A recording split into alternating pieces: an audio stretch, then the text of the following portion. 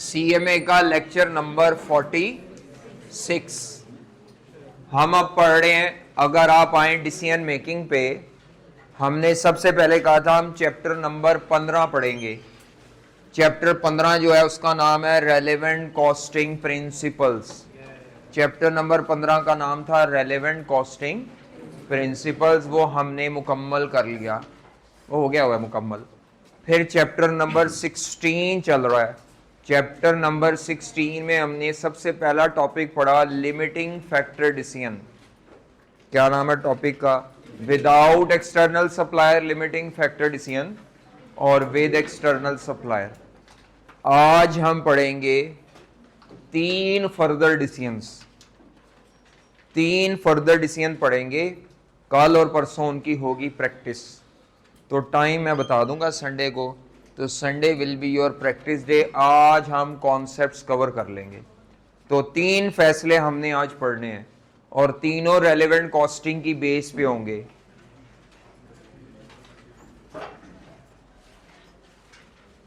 Chapter 16, तो इसमें आज जो हमने पढ़ना है उसका नाम है डिसीजन मेक और बाय डिसीजन।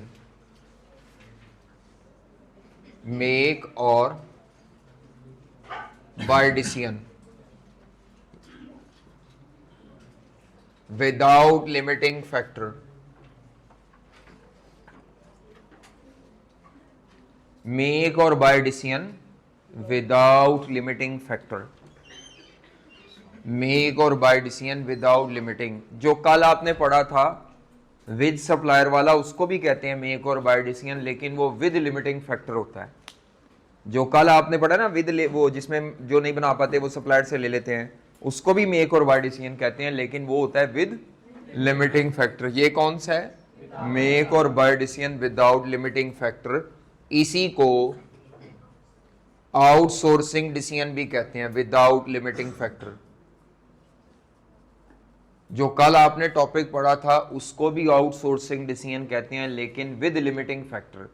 तो बच्चों को थोड़ा डाउट होता है, जो कल आपने पढ़ा था ना limiting factor with external supplier,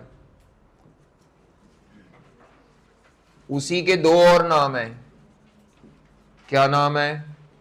make और बाय डिसीजन, लेकिन साथ उसके क्या है? With limiting. ये है विदाउट। उसी को कहते हैं outsourcing decision with limiting factor.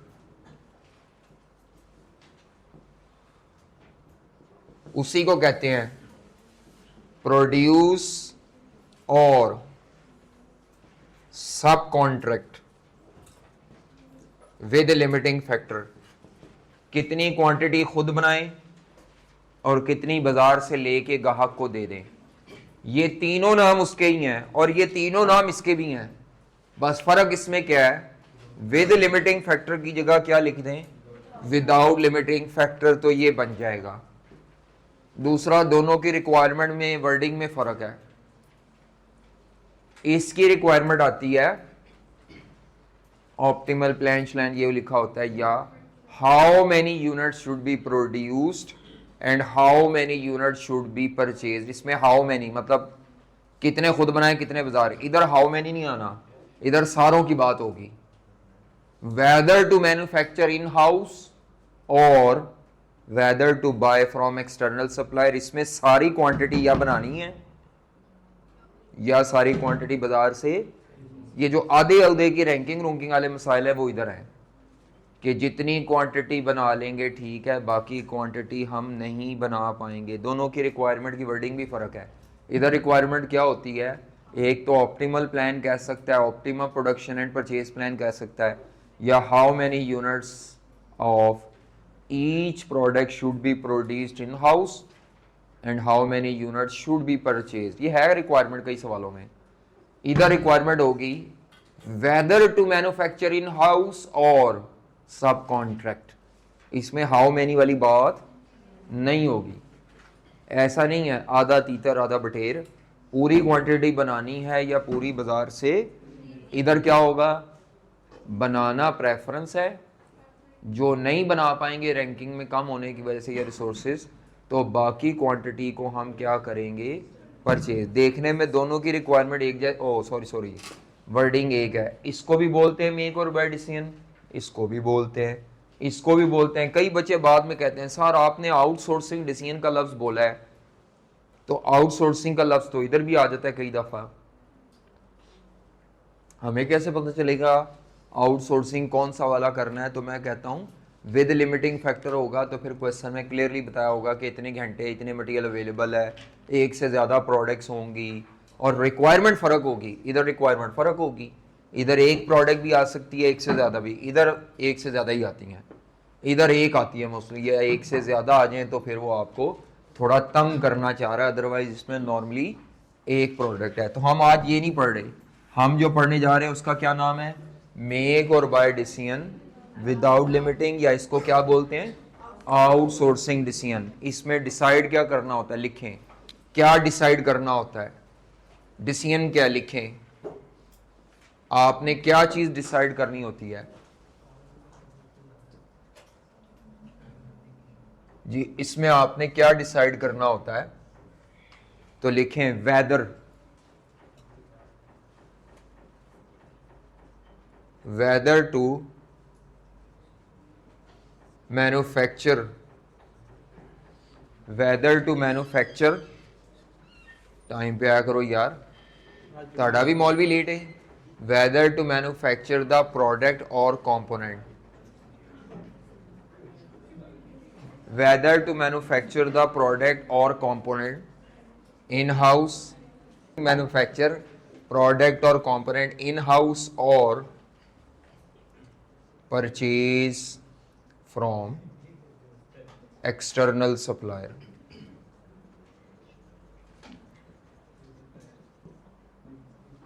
whether to manufacture product या कंपोनेंट, कंपोनेंट कहते हैं पुर्जे को, प्रोडक्ट में इस्तेमाल होने वाले मटेरियल को कहते हैं पुर्जे, पुर्जा जात। whether to manufacture the product और component in house और purchase from supplier। जी इसके आगे मैं लिख देता हूं एंटायर क्वांटिटी, एंटायर क्वांटिटी ये अपनी तरफ से ऐड कर रहा हूं। whether to manufacture the entire quantity of product or component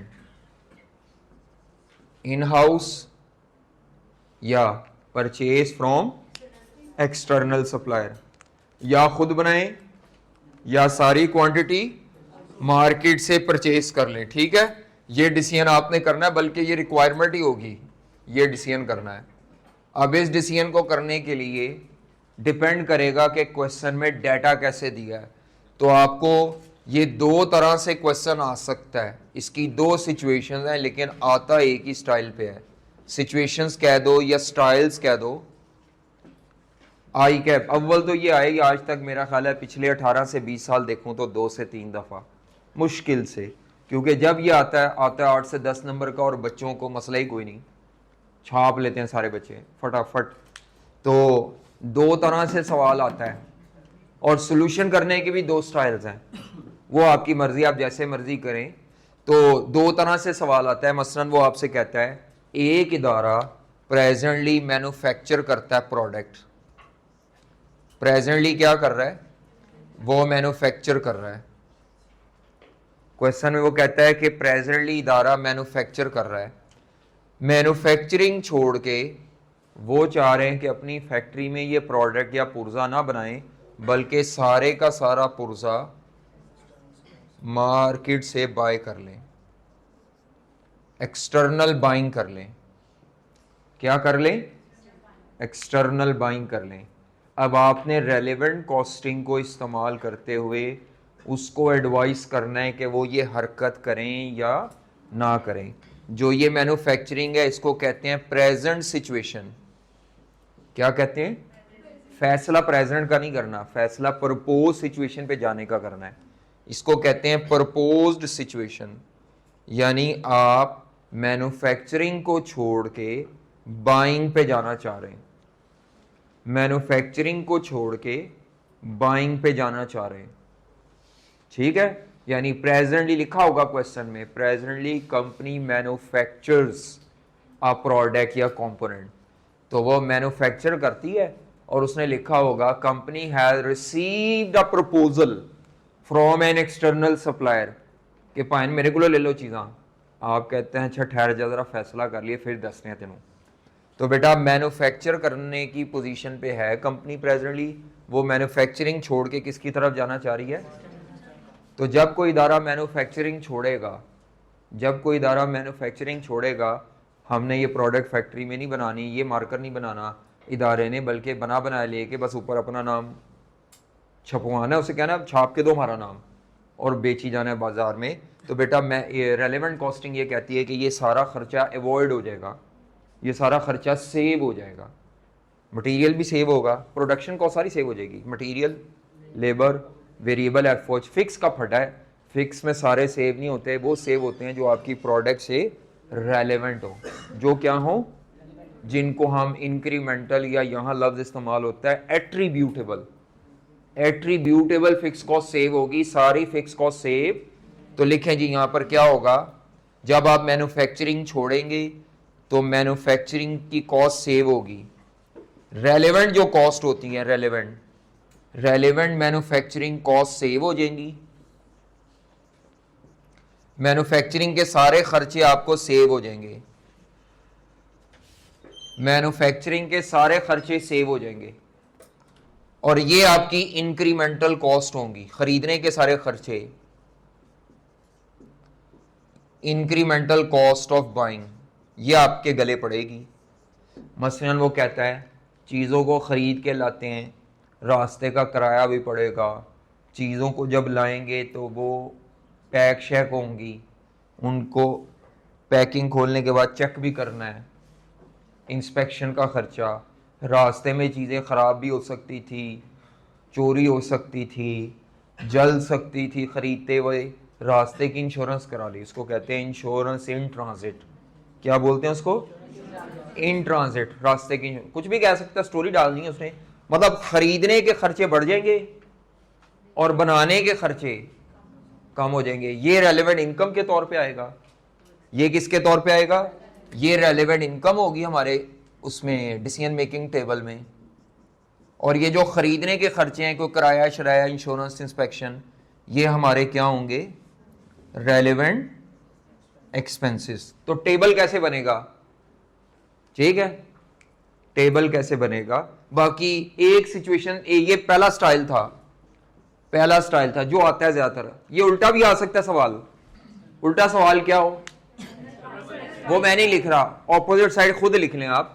वो आपसे कह दे प्रेजेंटली तो बाय करते हैं, बाइंग छोड़ के, तो सारा टेबल उल्ट होना है। और क्या है, जिसको मैं रेलेवेंट एक्सपेंस कह रहा हूं वो इनकम बन जाएगा, जो इनकम है वो इसी सवाल की सेकंड मिरर या सेकंड साइड इस तरह बना सकता है आई, लेकिन बनाया नहीं आज तक कभी।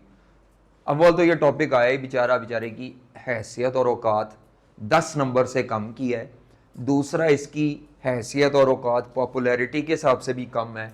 मेरे पास 2001 से लेकर अब तक के पेपर पड़े हैं, 24 साल के, 2 अटेम्प्ट अगर हो तो 48 पेपर हैं, पास पेपर आई कैप के। शुरू में सोल्यूशन नहीं आते थे, 2009 से आना शुरू हुए, तो 2009 से आगे के पेपर के सोल्यूशन हैं, पुरानों के सोल्यूशन वो मैंने खुद किए हुए। तो 2001 से लेकर अब तक 24 सालों में मुश्किल से ज़बरदस्ती पकड़ के इधर उधर से 3 से 4 सवाल निकले बस। अब आप देख लो ना, 48 अटेम्प्ट्स में सिर्फ 3 दफ़ा या 4 दफ़ा, टॉपिक बेचारे की क्या हैसियत है। और जब आया बच्चों ने इंजॉय किया, या अल्लाह तेरे शुक्र है ये आया है एक लिमिटिंग वाला, और ये जब भी आया वो बड़ा इंजॉय करते हैं बच्चे। नो डाउट एक आधा पॉइंट फंस जाता है सारे बच्चों का, लेकिन ओवरऑल इस सवाल में अगर 8 हैं, 8 नंबर या 10 नंबर का आया है तो 6-7 नंबर बड़े आराम से स्टूडेंट गेन कर जाते हैं और सवाल भी बड़ी जल्दी हो जाता है। तो ये सिचुएशन मैंने बता दी है, ऑपोजिट खुद बना लो। ऑपोजिट क्या है, ऑपोजिट में ये उल्टा बन जाएगा ना डायग्राम, एक्सटर्नल बाइंग इधर आ जाएगा प्रेजेंट के नीचे और एरो उधर चला जाएगा कि बाइंग छोड़ के किस पे जाना चाह रहे हैं।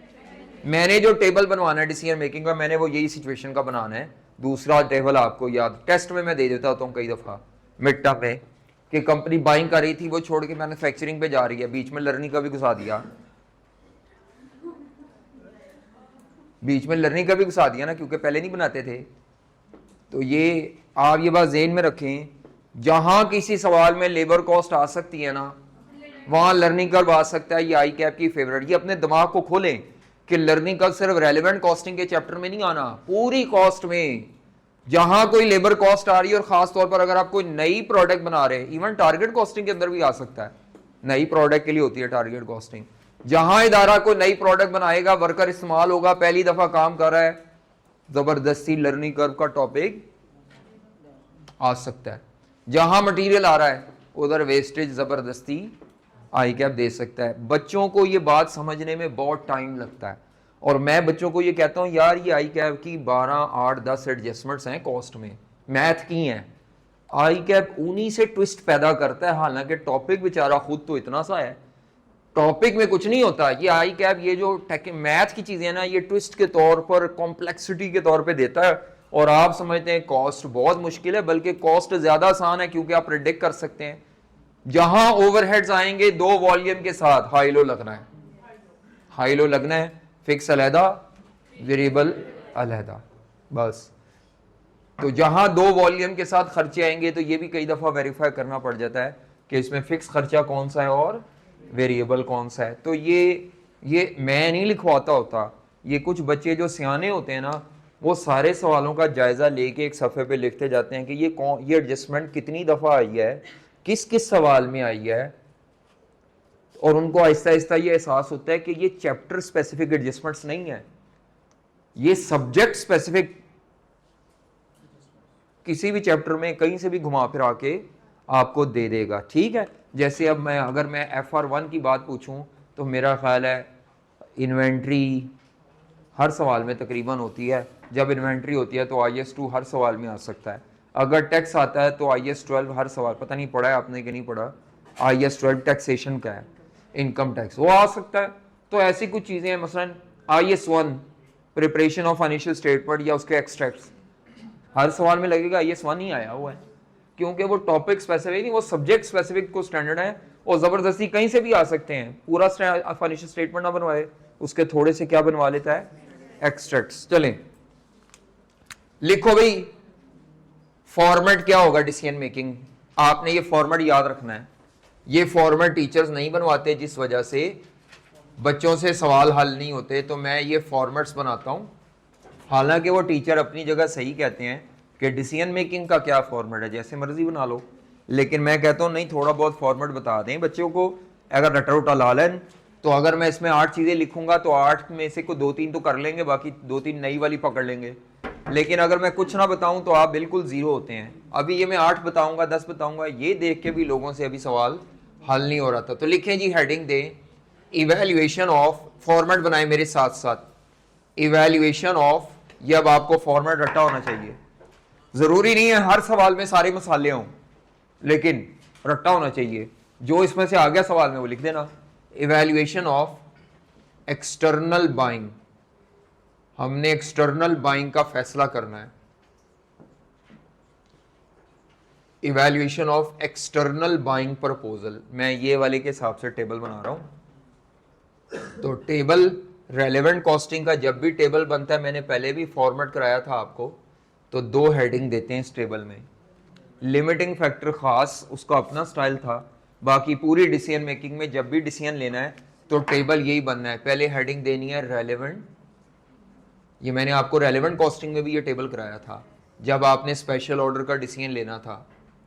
रेलेवेंट इनकम्स, क्या लिखना है, रेलेवेंट इनकम्स, और 5-7 लाइनें छोड़ के रेलेवेंट एक्सपेंसेस। पेपर में बिल्कुल यूनिक सवाल आया, पता नहीं चल रहा, तो आप सवाल पढ़ेंगे तसल्ली से, रेलेवेंट इनकम मिल जाए वो पहले लिख लो, रेलेवेंट एक्सपेंस मिल जाए वो लिख लो।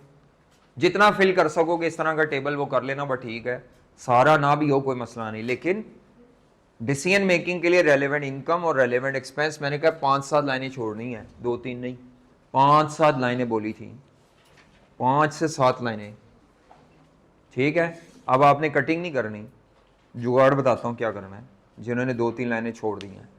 ठीक है, अच्छा जी, जब आप किसी प्रोडक्ट को बनाना छोड़ते हैं बनाना छोड़ा है, बेचना नहीं छोड़ रहे, बनाना छोड़ रहे हैं, तो उसकी सारी variable production cost, material, labour, variable FO save हो जाएंगे। लिखेंगे यहाँ पर पहली आइटम रेलेवेंट इनकम में क्या आएगी, वेरिएबल प्रोडक्शन कॉस्ट जो होंगी वो सेव होंगी। ये एज एन एक्सपेंस नहीं आ रही, ये एज एन इनकम आ रही है, सेविंग है।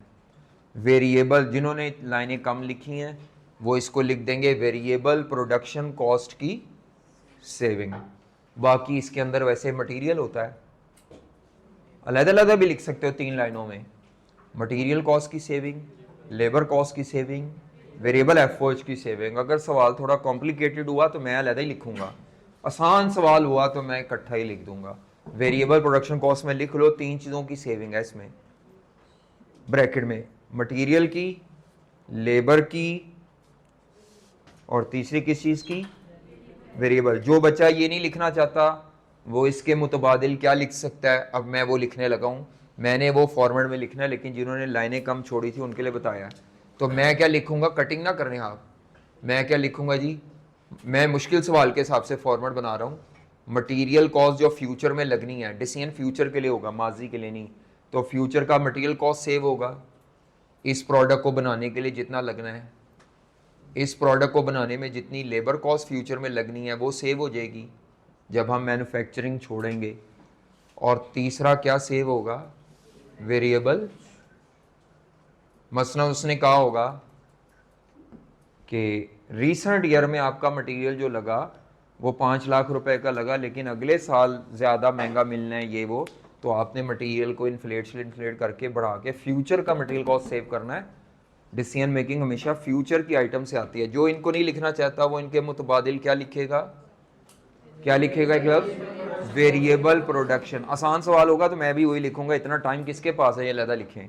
इसके बाद फिक्स कॉस्ट सेव सारी नहीं होती, लिखें एट्रीब्यूटेबल, यहाँ इंक्रीमेंटल से बेहतर लफ्ज है एट्रीब्यूटेबल फिक्स कॉस्ट, जो आपकी इस प्रोडक्ट के बनाने की वजह से ही स्पेशली हो रही थी। एट्रीब्यूटेबल फिक्स कॉस्ट या इंक्रीमेंटल भी कह सकता है, एट्रीब्यूटेबल फिक्स कॉस्ट सेव होगी। ऐसी फिक्स कॉस्ट जो स्पेशली इस प्रोडक्ट के बनाने की वजह से पड़ रही थी। मसलन वो कहता है 3 सुपरवाइजर थे जिनकी फिक्स सैलरियां थी, 2 सुपरवाइजर फिक्स सैलरियों वाले छुट्टी करा देंगे, 2 सुपरवाइजर की छुट्टी लाजमी है इसके बंद होने से, खरीदने की तरफ जा रहे हैं, तो वो तो दो सुपरवाइजर की सैलरी बचेगी फिक्स कॉस्ट, वो यहाँ लिख देंगे। जो एक की नहीं बची इररेलेवेंट है, इररेलेवेंट चीज टेबल में नहीं आनी। जो सुपरवाइजर फारिग कर, वो कहता है जी इसके लिए हमने एक स्पेशल फैक्ट्री किराए पे ली हुई थी, अब वो जो किराए पे ली हुई थी उसका माजी का किराया तो संक है, लेकिन जो फ्यूचर में रेंटल एक्सपेंस देना था वो रेंटल एक्सपेंस आपका क्या हो जाएगा, सेव हो जाएगा। ठीक है, बात समझ आती है, नहीं समझ आती कुछ भी दे सकता है, स्टोरी देने को क्या है। इसके बाद अगला पॉइंट क्या आ सकता है, कई दफा वो कहता है जब आप ये प्रोडक्ट बंद करेंगे बनाना तो जगह खाली होगी, लेकिन हम छोड़ेंगे नहीं, ऐसी जगह दोबारा मिलनी ही नहीं। लेबर को फारिग, बल्कि आप अपनी किसी और प्रोडक्ट का वॉल्यूम ज़्यादा बना के बेचेंगे या नई प्रोडक्ट लॉन्च कर देंगे जिससे आपको एडिशनल कंट्रीब्यूशन आएगा। क्या आएगा, तो वो लिख लें अगर दिया हो, मैं तो अपनी तरफ से स्टोरी फिट कर रहा हूँ। तो additional contribution margin of new product या कोई भी एग्जिस्टिंग प्रोडक्ट की सेल बढ़े, अदर प्रोडक्ट लिख लें बस, अदर प्रोडक्ट्स, जिसको बंद करें उसको नहीं, इसकी मैन्युफैक्चरिंग छोड़ने की वजह से, या आप कोई नई प्रोडक्ट लॉन्च करेंगे, क्या करेंगे, या पुरानी प्रोडक्ट का एक्स्ट्रा सेल वॉल्यूम। ये कैसे आएगा, सबको पता है कंट्रीब्यूशन मार्जिन होता है sale price per unit minus into नई प्रोडक्ट का सेल वॉल्यूम। एग्जिस्टिंग प्रोडक्ट का नहीं ले लेना, या एग्जिस्टिंग का भी अगर एक्स्ट्रा वॉल्यूम दिख रहा है, एडिशनल वॉल्यूम लिखने लगा मैं यहां, एडिशनल। ये कई बच्चे परेशान होते हैं ये कैसे निकलेगा, वो मैंने बता दिया, वैसे ही मैं बार बार नहीं बताऊंगा पाइंदा। लिमिटिंग फैक्टर में जैसे हम कंट्रीब्यूशन बेसिकली पहले केस में निकालते थे वैसे ही जगह जगह निकलना है, sale price per unit minus into units. कई बच्चे कहते हैं अगर सर इस ब्रैकेट को ओपन कर लें, sale price minus variable cost into sale units additional, इस ब्रैकेट को ओपन कर लें, प्राइस इनटू यूनिट्स, तो सर आ जाता है total sale revenue of new product minus total variable cost of the new product, तब भी जवाब सेम आएगा, तब भी जवाब सेम आएगा। ब्रैकेट खोल लो तो इसको फिर ये पर यूनिट नहीं कहते, फिर कहते हैं टोटल सेल रेवेन्यू, क्योंकि यूनिट से ज़रब दे दी ना। ये चीज़ और ये चीज़ में कोई फ़र्क नहीं है, सिर्फ प्रेजेंटेशन का फ़र्क है। चलें आगे। कई गोंगलू कहते हैं सर जी ऐसे ना निकाल लें, तो निकाल लो, ठीक है, कोई मसला नहीं, या तुमने ब्रैकेट खोल करके डाटा फिल कर लिया है, मैं ब्रैकेट्स के थ्रू कर रहा हूँ। आगे चले, कोई और सेविंग बता दे, कोई और सेविंग, अदर सेविंग, इसकी कोई लिमिट नहीं है, अदर कोई भी सेविंग या कोई अदर बेनिफिट क्वेश्चन में बता दे जो मैं जिसको बता ही नहीं सकता। मसलन वो कह दे फैक्ट्री हमारी अपनी है, ये प्रोडक्ट बनाना छोड़ेंगे और वो फैक्ट्री किसी को किराए पे दे देंगे। अब आप कहें सर आपने तो किराया बताया ही नहीं था, तो बेटा कोई भी अदर बेनिफिट या अदर इनकम आ जाए ड्यू टू एक्सटर्नल बाइंग और due to forgoing manufacturing, manufacturing छोड़ने से जो भी फायदा आएगा वो लिख दें यहाँ। जी बेटा जी हाँ, वो लाइसेंस कॉस्ट सेव भी इसमें डाल दो या अपने नाम से डाल दो, जो भी है लाइसेंस फी सेव। जो खर्चा करना पड़ना था, गवर्नमेंट से इजाज़त लेनी पड़ती थी, वो इजाज़त नहीं लेनी पड़ेगी अब बनाने की, लेकिन बेचनी है आपने वो अभी, तो लाइसेंस का ख़ास दफ़ा ये होता है कि बनाओ या ख़रीदो, अगर बेच रहे हो तो फिर लाइसेंस की ज़रूरत पड़ती रहती है, इसीलिए वो अब सवाल की स्टोरी पे है। लेकिन अगर बनाने का लाइसेंस था और गवर्नमेंट ने कहा हम नहीं लेना तुम, लोड ही कोई नहीं, तो ठीक है बच जाएंगे पैसे। अब नीचे सारे हमने कौन से खर्चे लिखने हैं जो काउंटिंग में परचेजिंग के लिखे हुए, लिखो। सबसे पहला खर्चा क्या पड़ेगा, चीज़ की असल कीमत, कॉस्ट ऑफ परचेज, जो चीज़ों की असल कीमत आपने पे करनी होती है, तो कॉस्ट ऑफ परचेजेस ये कैश में पे करनी पड़ेगी, चीज़ की असल प्राइस। उसके बाद लाने का जो किराया शराया होता है, ट्रांसपोर्टेशन इनवर्ड या कोई कैरेज इनवर्ड लिख ले, या किराए को और भी बोलते हैं, क्या नाम है, फ्रेट इनवर्ड, जो अकाउंटिंग में किराए के नाम है सारे, जो मर्जी आ जाए किराए का नाम जो भी हैं। इसी तरह कोई आपके नॉन रिफंडेबल टैक्सेस दे दे, custom duty, import duty, octroi duty, जड़ियां भी ड्यूटीज ने, महसूल चुंगी शुंगी को कहते हैं। अच्छा, टोकन टैक्सेस ये वो। आगे चले, इंश्योरेंस एंड ट्रांजिट। हाँ, रास्ते में माल आ रहा है, आग लग सकती है, सिगरेट पींदे आ रहे ने, तो इंश्योरेंस एंड ट्रांजिट ते अंदर पटाखे पे ने, इंश्योरेंस एंड ट्रांजिट। हाँ जी, 5वें नंबर पे, नहीं, इंश्योरेंस एंड ट्रांजिट के बाद जब चीजें आती है तो उनकी चेकिंग की जाती है क्वालिटी की, इंस्पेक्शन कॉस्ट। कौन सी कॉस्ट, या अब नीचे लिख लें any other cost related to external buying, अगर वो दे दे। अब मैं इसकी तादाद नहीं फिक्स कर सकता, any other expense related to buying, खरीदारी करने से मुतल्लिका कोई भी एक्सपेंस नीचे 6ठे नंबर पे लिख लीजिएगा। अब मैंने ये सारा कुछ जो लिखा है ना, ये मैंने डिफरेंट सवालों को पढ़ पढ़ा के इधर उधर से ज़बरदस्ती भी पॉइंट लिखे, इतना लेंथी तो सवाल ही नहीं आता, मुश्किल से 3-4 लाइनें इसमें, 3 इसमें ख़त्म, छोटा सवाल होता है, मैंने पहले बताया।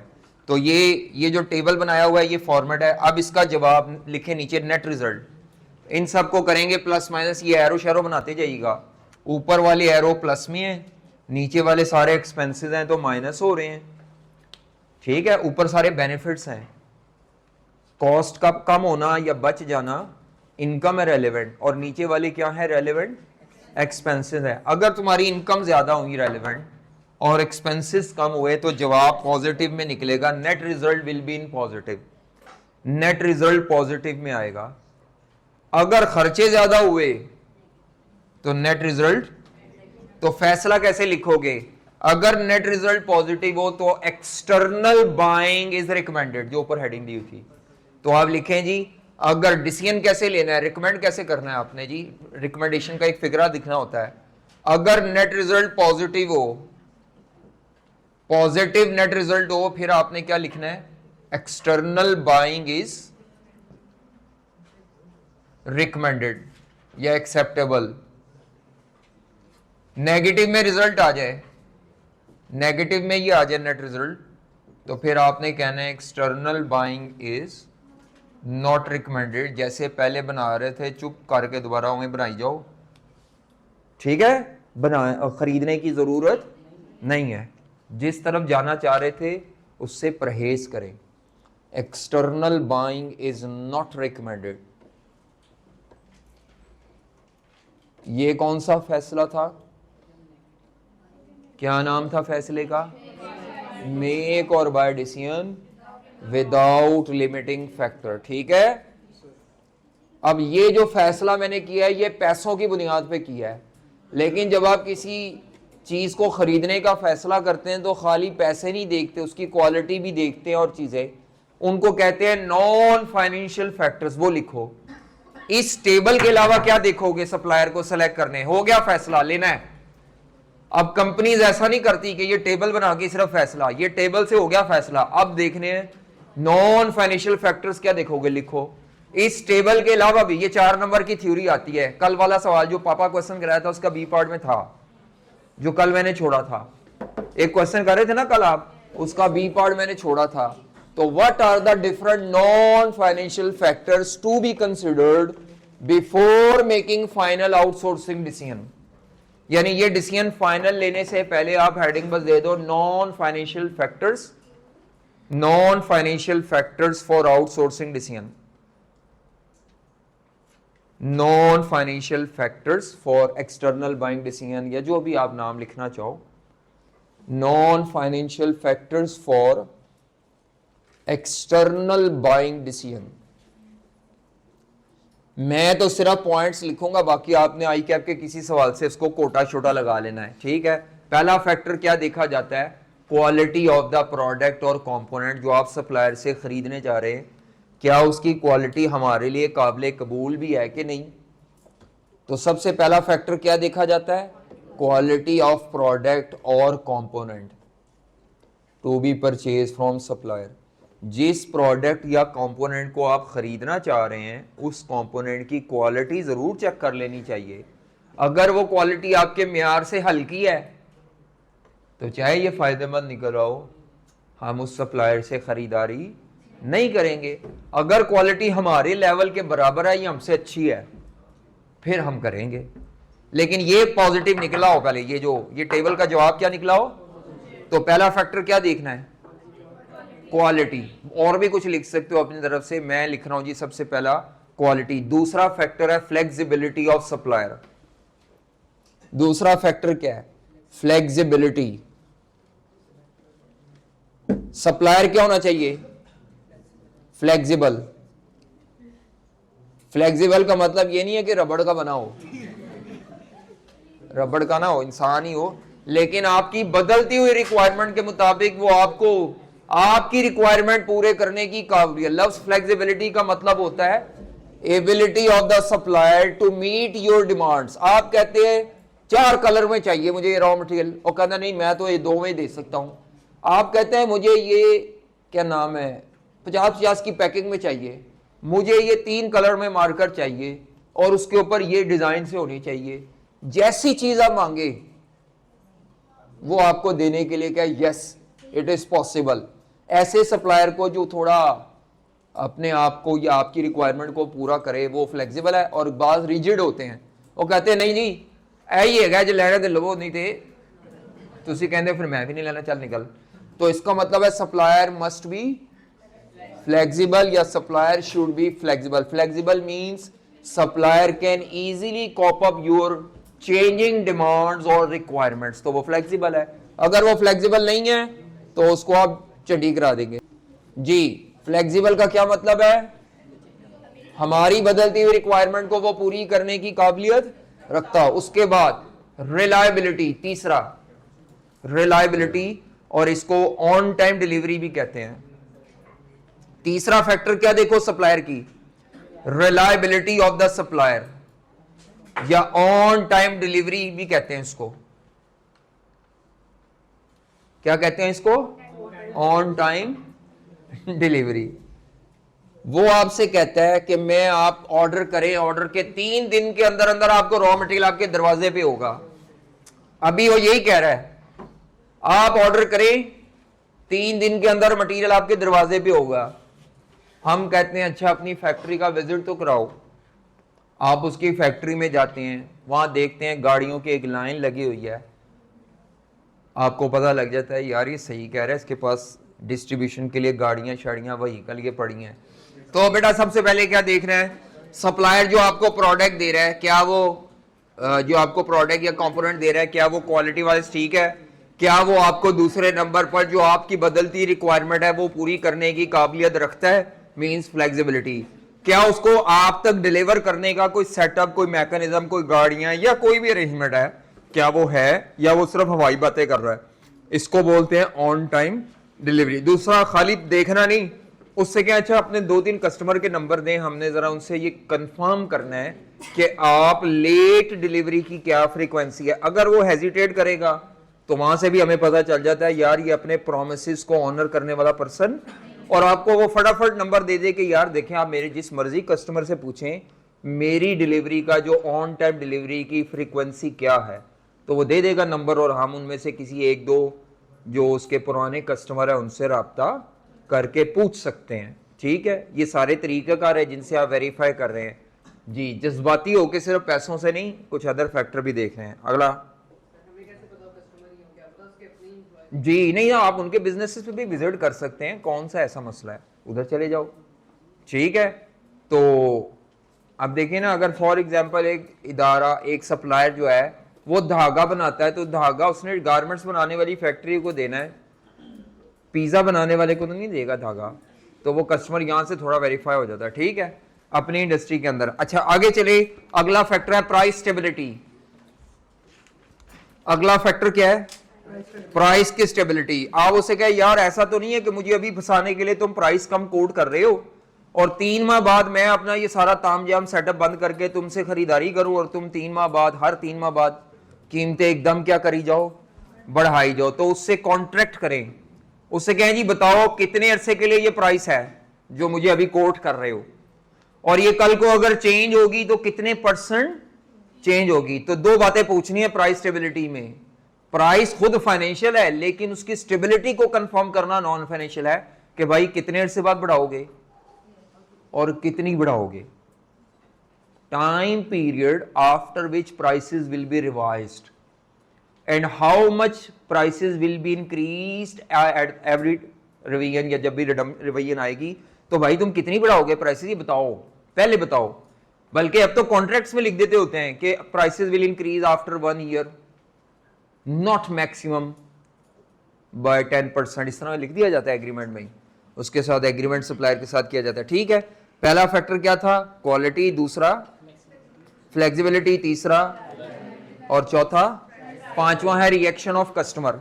बाज दफा कस्टमर को ये पता चलता है कि आप तो चीज बना के नहीं दे रहे, खरीद के बाजार से दे रहे हैं, तो कस्टमर माइंड करता है, वो कहता है यार मैं तो आपसे चीज लेना चाह रहा था, तुसी मैंने बाजारों ही फड़ फड़ के दे जा रहे हो।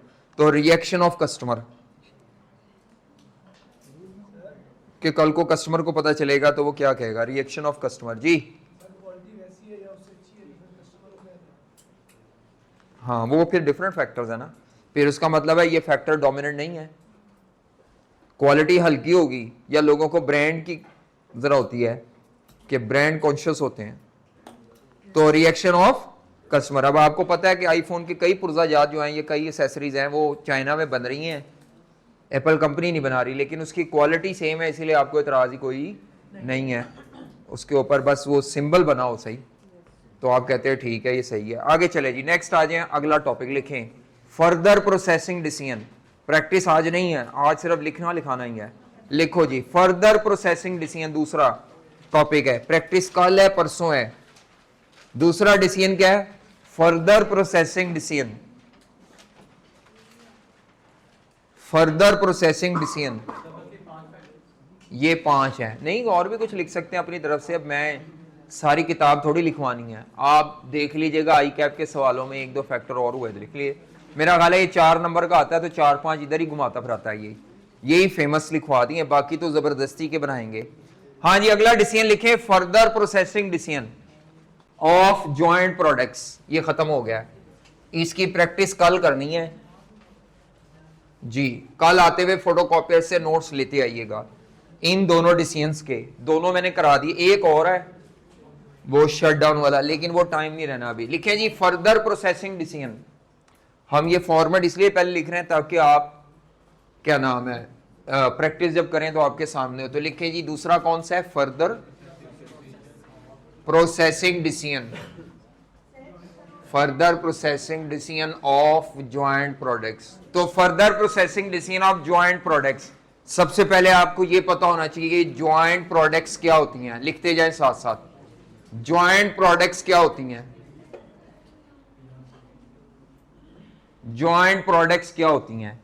कोई सी दो या दो से ज्यादा, ये अलग टॉपिक है लेकिन चैप्टर 16 ही चल रहा है। तो ज्वाइंट प्रोडक्ट्स क्या होती हैं, दो या दो से ज्यादा प्रोडक्ट्स जो इकट्ठी मैन्युफैक्चर हो। टू और मोर प्रोडक्ट्स, टू और मोर प्रोडक्ट्स मैन्युफैक्चर टुगेदर, दो या दो से ज्यादा प्रोडक्ट्स जो इकट्ठी मैन्युफैक्चर हों। टू और more products manufactured together. Example हम देते हैं पेट्रोलियम प्रोडक्ट्स की।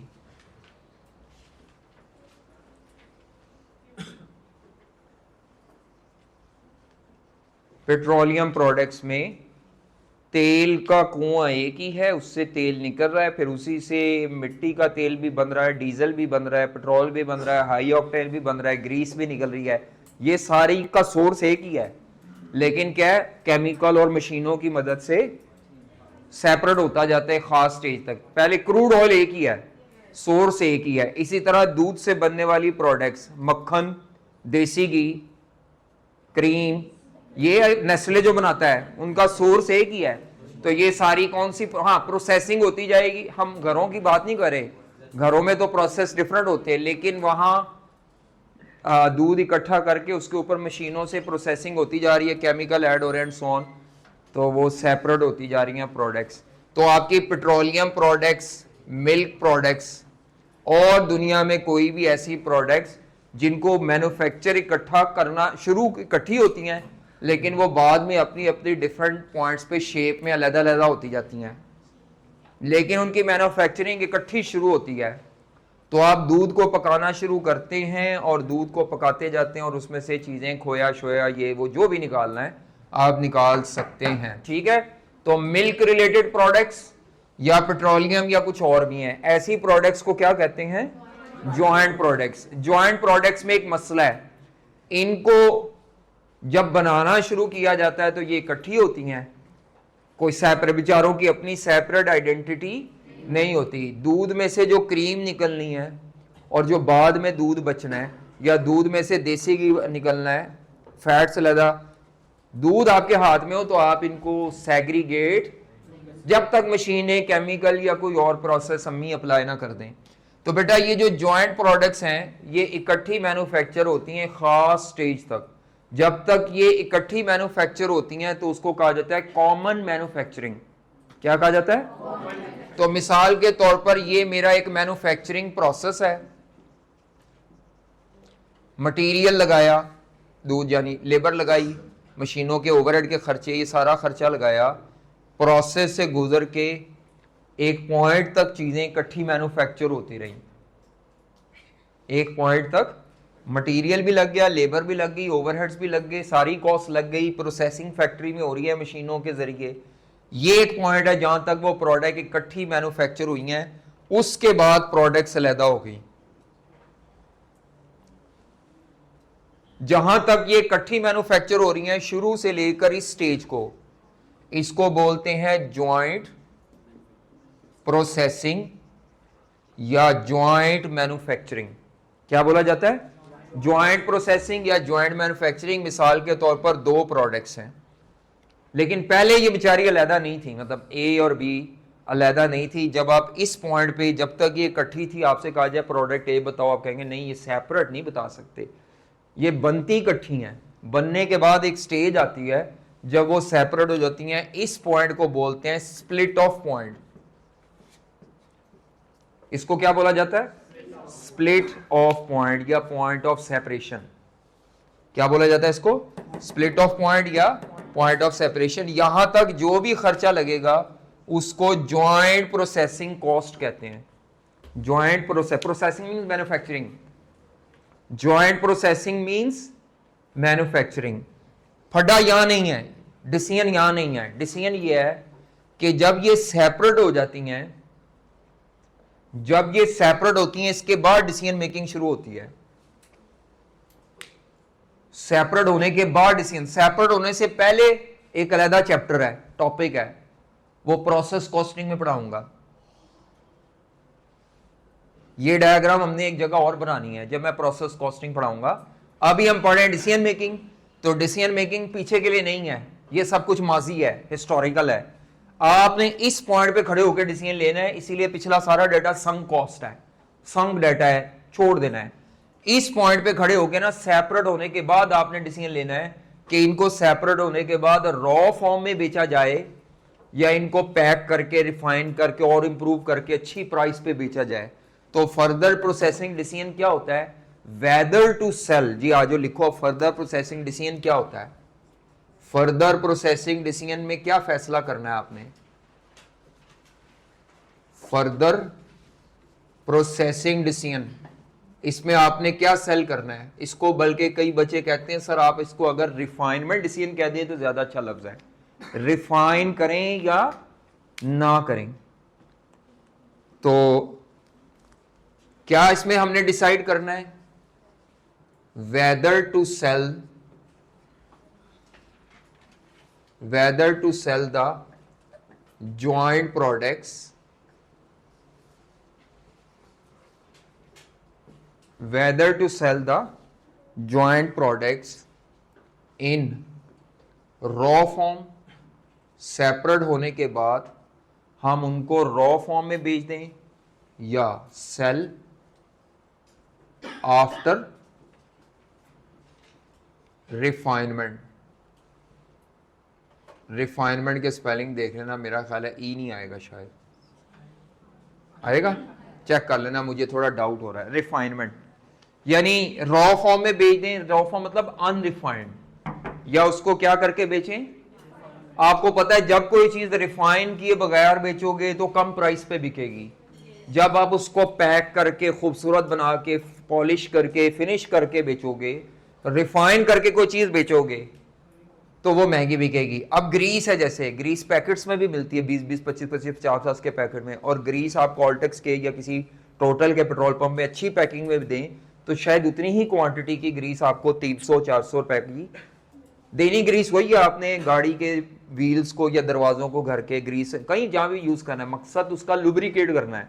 लेकिन जो पैकिंग वो मिलती है खुले पैकेट्स में, वो आपको कम प्राइस, और वो वैसे रिफाइंड भी कम होती है, वो गंदी ग्रीस होती है, समझ लो रॉ ग्रीस होती है। तो बेटा इसका मतलब क्या हुआ, जब किसी चीज को रिफाइन करते हैं तो उसमें इंप्रूवमेंट आती है, वैल्यू एडिशन आता है, और उस इंप्रूवमेंट की प्राइस इदारा चार्ज करता है। आपने ये फैसला करना होगा कि इदारा रॉ फॉर्म में बेचे प्रोडक्ट या रिफाइन करके बेचे। डेफिनेटली रॉ फॉर्म में यहां सेल प्राइस कम आएगी, रिफाइन करके बेचेंगे, ये लाइन रिफाइनमेंट को शो कर रही है, रिफाइन करके बेचेंगे तो सेल ज्यादा होगा, रिफाइन किए बगैर बेचेंगे तो सेल प्राइस क्या होगी। लेकिन रिफाइन करना मुफ्त तो नहीं होगा ना, रिफाइन करने में भी इदारे का क्या लग रहा होगा, खर्चा। रिफाइन करने में भी इसकी इदारे की फर्दर कॉस्ट लग रही होगी जो इस कॉस्ट के अलावा होगी। तो अब आपने डिसीजन मेकिंग टेबल कैसे बनाना है, लिखें जी फॉर्मेट। टेबल का फॉर्मेट क्या होगा, यहां आके ये खत्म हो जाएगा बस जी, फॉर्मेट पे ही पहुंचना है हमने। तो फॉर्मेट क्या होगा डिसीजन मेकिंग का, फर्दर प्रोसेसिंग डिसीजन का फॉर्मेट क्या है, हेडिंग दें इवैल्यूएशन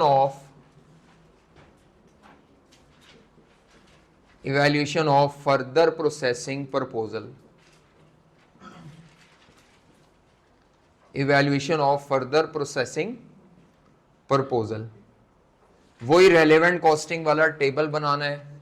मेरी इस एग्जांपल में मैंने 2 प्रोडक्ट लिए मिसाल के तौर पे, तो दोनों प्रोडक्ट का फैसला अलहदा होगा, लेकिन वो मैं कॉलम के थ्रू अलहदा बना रहा हूँ। जब ये 2 अलहदा कॉलम बना रहे हैं ना, इसका मतलब है आप दोनों का टेबल अलहदा बना रहे हैं, या ये 2 टेबल अलहदा ऊपर नीचे बना दें। मैंने टेबल का ढांचा लगा आपको ये एक ही रहा है, लेकिन एक्चुअली ये 2 कॉलम बनने का मतलब है प्रोडक्ट ए का फैसला अलहदा होगा सेपरेट होने के बाद, और प्रोडक्ट बी का फैसला अलहदा होगा। शायद इस कॉलम में जवाब पॉजिटिव आ जाए और इस कॉलम में जो जवाब आए वो रेलेवेंट कॉस्टिंग की बेस पे क्या आ जाए। जिसका नेगेटिव आएगा वो फर्दर प्रोसेस या रिफाइन नहीं करना, जिसका पॉजिटिव आएगा वो उसको हमने क्या करना है। तो ये अगर 3 प्रोडक्ट्स होंगी तो ये फिर कॉलम जितनी प्रोडक्ट्स हैं हर एक का फैसला सेपरेट होगा। ये मैंने कॉलम इसलिए बना दिए क्योंकि ये मेरी एग्जांपल में भी मैंने जानबूझ के तो एक प्रोडक्ट तो जॉइंट नहीं हो सकती, जॉइंट होने के लिए एक से ज्यादा प्रोडक्ट होंगी। हेडिंग दें जी रेलेवेंट इनकम्स। रेलेवेंट इनकम्स, तो इसमें रेलेवेंट इनकम ज्यादा नहीं है, रेलेवेंट इनकम यहां पे ज्यादा नहीं है, एक ही रेलेवेंट इनकम है बस। तो लिखें जी आप क्या है रेलेवेंट इनकम में, लिखें सबसे पहले total sale revenue after refinement. लिखें total sale revenue after refinement, total sale revenue after refinement minus इसी के नीचे total sale revenue, total sale revenue after refinement.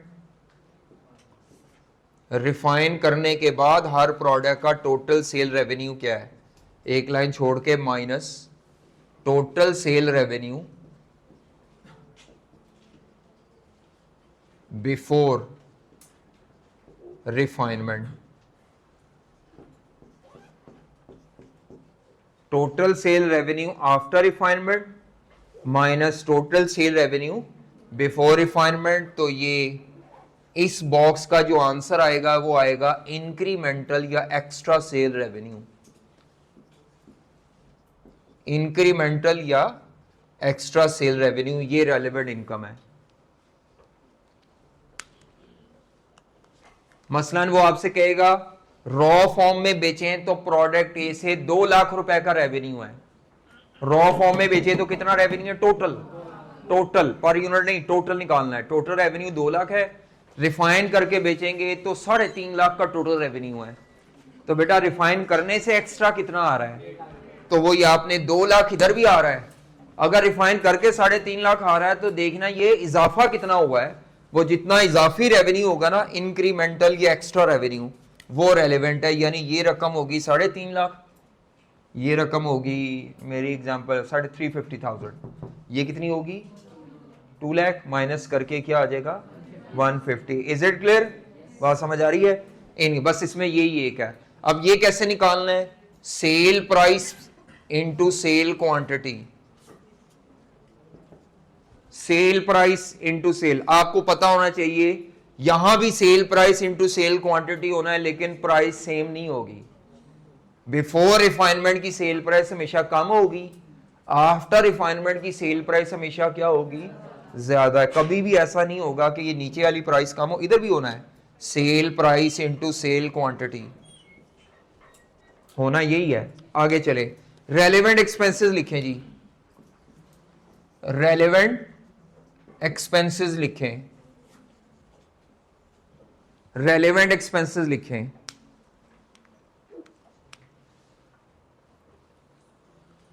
मसला ये आएगा यहां पे भी मटेरियल लगा है और कुछ मटेरियल यहां पे लगेगा, आपने कौन सा मटेरियल लेना है, जो ओरिजिनल मटेरियल लगा था ना जब ज्वाइंट प्रोसेसिंग, वो रेलेवेंट नहीं है।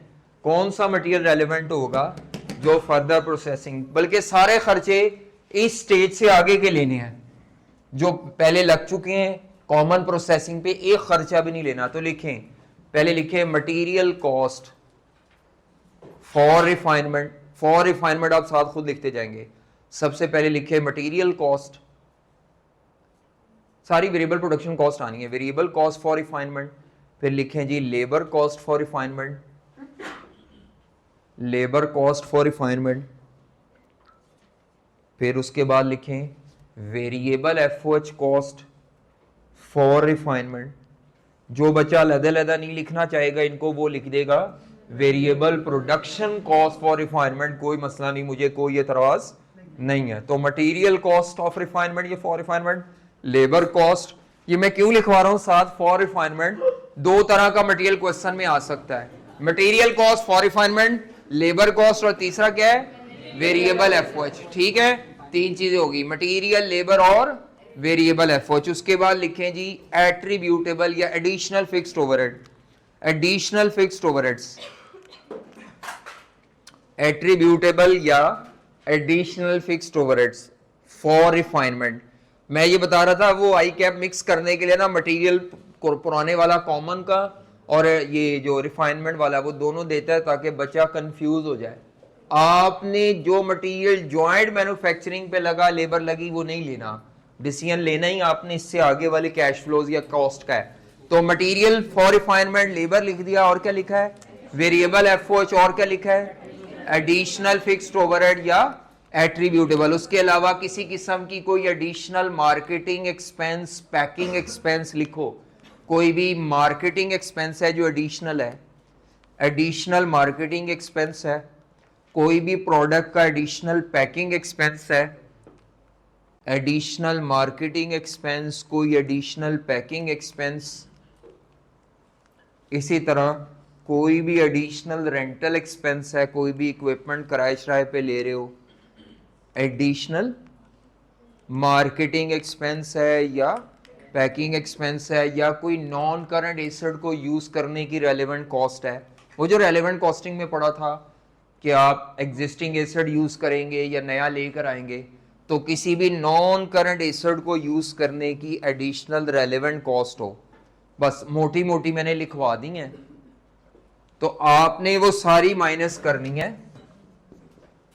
माइनस करके अगर पॉजिटिव जवाब निकल आए, नेट रिजल्ट अगर पॉजिटिव आ जाए, क्या आ जाए, तो आपने कहना है फर्दर प्रोसेसिंग। जो ऊपर है ये बेनिफिट था, नीचे सारे एक्सपेंस माइनस में होंगे। जिस प्रोडक्ट का जवाब पॉजिटिव में निकल आएगा आप कहेंगे फर्दर प्रोसेसिंग इज रिकमेंडेड, और अगर किसी प्रोडक्ट का नेगेटिव में आ जाए, जैसे मैंने यहाँ ऐसे अपनी तरफ से हाइपोथेटिकली लिए हैं, जिसका जवाब नेगेटिव में आएगा आप क्या कहेंगे external buying is not recommended, or further processing is not recommended. अच्छा ठीक है, रिफाइनमेंट इज नॉट रिकमेंडेड। ठीक है जी, कितने डिसीजन कर लिए, दो। एक जिसका पॉजिटिव आएगा वहां कहेंगे फर्दर प्रोसेसिंग इज रिकमेंडेड, जहां नेगेटिव होगा वहां कहेंगे further processing is not recommended. इसके भी कुछ नॉन फाइनेंशियल फैक्टर्स हैं लेकिन वो आते नहीं, हर डिसीजन के कुछ नॉन फाइनेंशियल फैक्टर्स हैं लेकिन आते आपको सिर्फ एक ही टॉपिक के हैं, वो मेक और बाय के, इसीलिए वो मैंने जरूर लिखवा दिए हैं। एक और डिसीजन अब लिखना है हमने, आज नहीं, वो है शट डाउन, के प्रोडक्ट चलाएं कि फिर चैप्टर 16 खत्म, फिर चैप्टर 16 खत्म। संडे को प्रैक्टिस होगी, हाँ संडे को प्रैक्टिस होगी।